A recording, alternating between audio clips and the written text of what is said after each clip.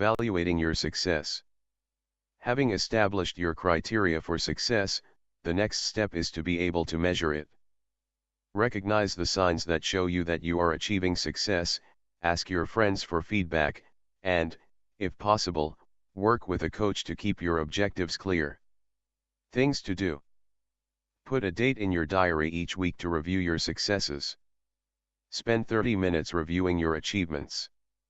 Make sure that you are meeting your criteria. Reviewing success. Success is a process, not just a final goal. If you are going to achieve a balance between your work and life, you will need to monitor and review your progress constantly. Continually reflect on the big picture of your life so that you can make sure that your actions are relevant and you are using your time well. Schedule half an hour per week to review the factors that are critical to your success. Ensure that you stay committed to what is important to you. Measuring success. What proof do you need to show you that you are succeeding in your work and your life? Would it involve receiving customer recognition?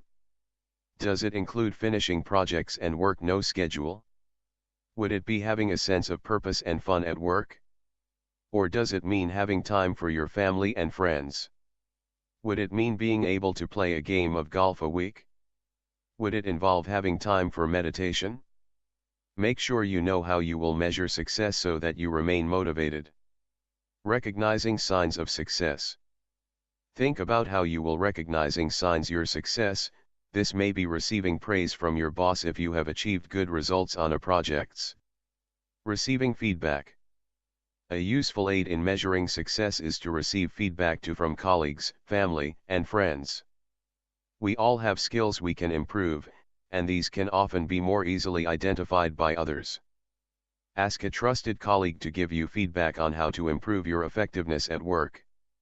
Ask your partner or a trusted friend if they would give you feedback on your work-life balance. Be open-minded. Sometimes the truth is hard to hear, and sometimes new ideas are hard to adopt, but remember that positive feedback is a valuable gift. Working with a coach. Coaching is becoming increasingly popular because organizations are recognizing that long-term success depends on their staff, their level of commitment, expertise, and creativity. Working with a coach will enable you to clarify your work and life objectives.